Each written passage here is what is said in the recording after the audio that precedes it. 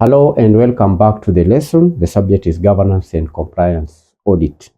Today we are going to study the last subtopic of implementing audit recommendations, which is monitoring, evaluating, tracking progress, and embedding recommendations arising from the audit.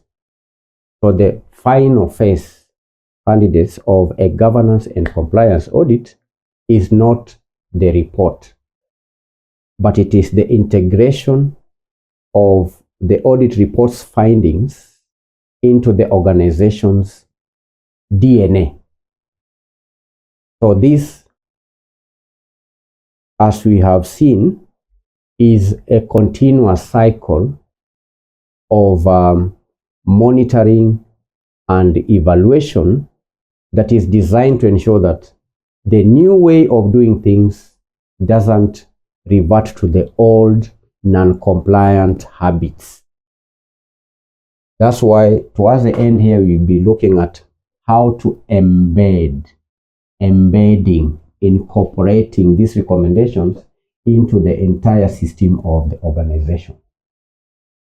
So these are 4 things candidates: monitoring, evaluation, tracking progress, and embedding recommendations. And candidates, the topic is implementing audit recommendations. These recommendations have to be implemented by the management. The recommendations are made by the auditor and implemented by the management. So there is 1, monitoring. What do we mean by monitoring? Monitoring is the ongoing oversight of the implementation process. It's the ongoing oversight of the implementation. It is the ongoing oversight of the implementation process to monitor. And monitoring asks the question, is the work actually happening? Right? Is the work actually happening? That is the question that is asked when carrying out monitoring, which is the oversight of the ongoing implementation process. Understand? Yes. And monitoring utilizes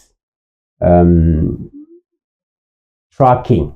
You can monitor by way of tracking. You understand? Yes. You may have real-time tracking. You monitor by tracking in real time.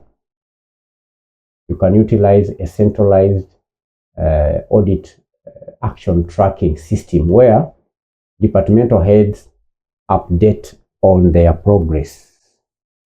Understand? Yes.